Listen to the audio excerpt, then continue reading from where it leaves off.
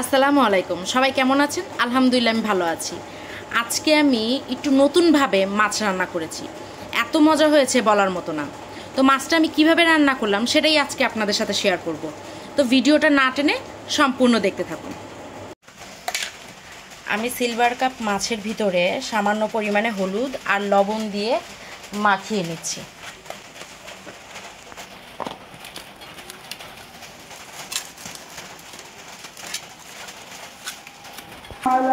আমি চুলায় একটি কড়াই বসিয়ে দিয়েছি। এটার মধ্যে আমি সামান্য পরিমাণে সয়াবিন তেল দিয়ে দিলাম। এখন এটাকে আমি একটু গরম করে নেব। আমি এখন হলুদ লবণ দিয়ে যে মাছটাকে মাখিয়ে রেখেছিলাম সেই মাছগুলো এখন ভালোভাবে ভেজে নেব।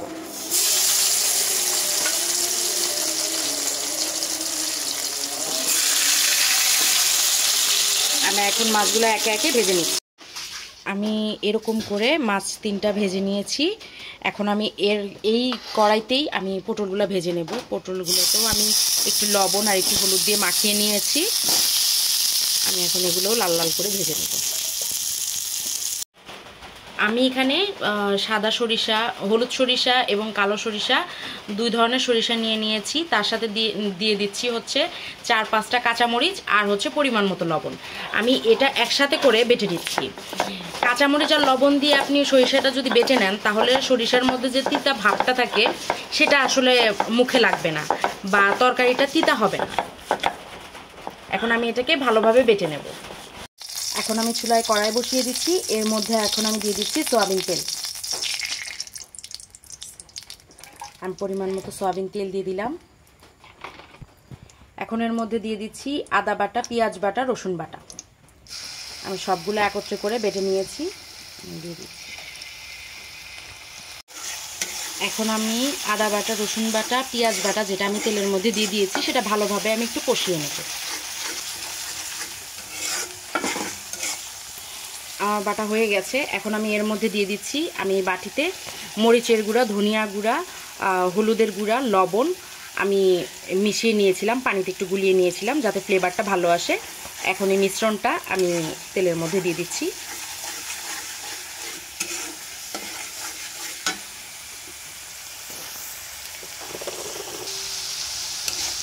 এখন আমি এটাকে ভালো মতো একটু কষিয়ে নিচ্ছি।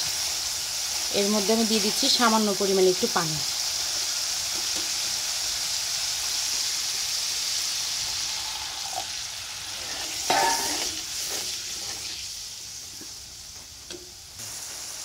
এখন আমি দিয়ে দিচ্ছি সরিষা বাটা।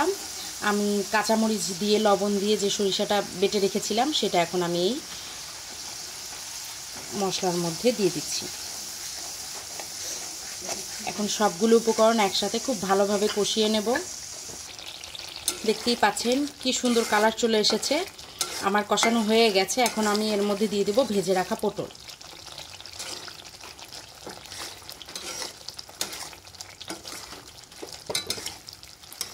এখন আমি পটল দিয়ে এই মশলাটাকে ভালোভাবে একটু কষিয়ে নেব যাতে পটলের ভিতরে সবগুলো মশলা ভালোভাবে পৌঁছায়।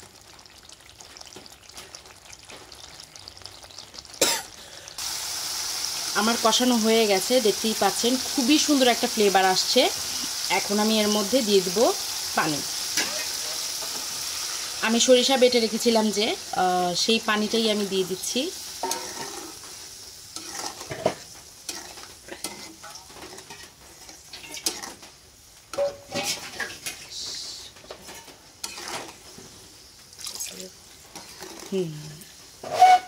এখন আমি এভাবে বলক তুলে নেব একটা।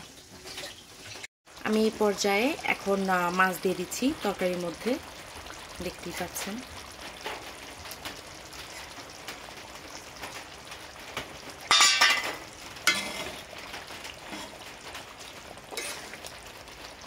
মাছ দেওয়ার পরে এটাকে একটু ভালোভাবে রান্না করে নেব।